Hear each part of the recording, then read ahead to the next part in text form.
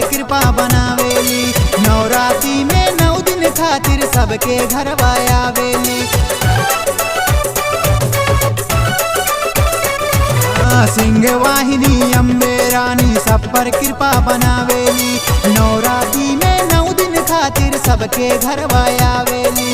करेज भक्ति महारानी के हो, करेज भक्ति महारानी के भागो कर बन जावेले। मांग के देखा तू माई से जे मांगे फल पावेले।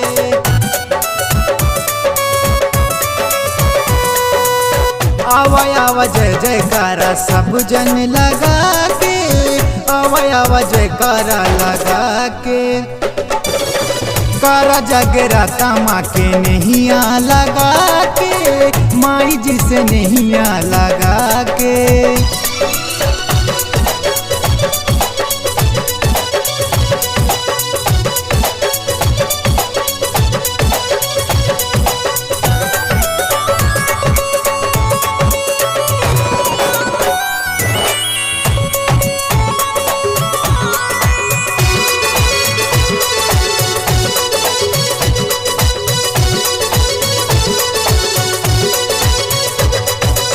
सारी रथिया सेवा में बीती जब, उही संसार के हर गमों के जीती तब।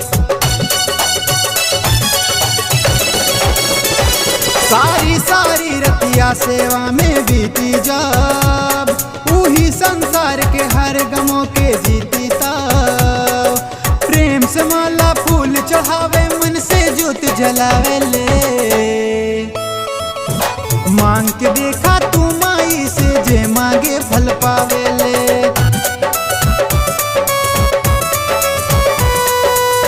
आवा आवा जय जयकारा सब जन लगा के, आवा आवा जयकारा लगा के।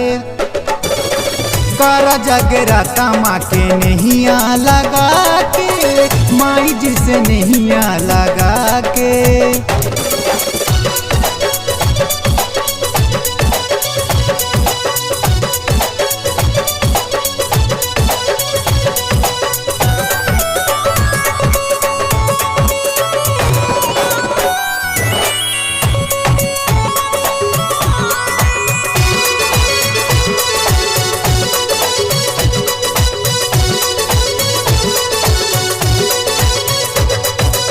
आज कराया चल में सारी दुनिया के, सूरज चंदा तारे नाचे दुअराया के।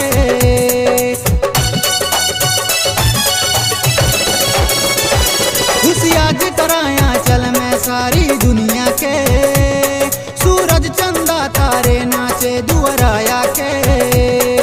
करे महेंद्र विनती मैया जी कृपा बरसावेले।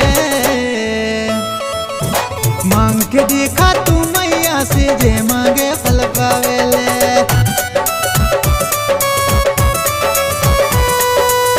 आवा आवा जय जयकारा सब जन लगा के, आवा आवा जयकारा लगा के। कारा जगराता माँ के नैया लगा के, माई जी से नैया लगा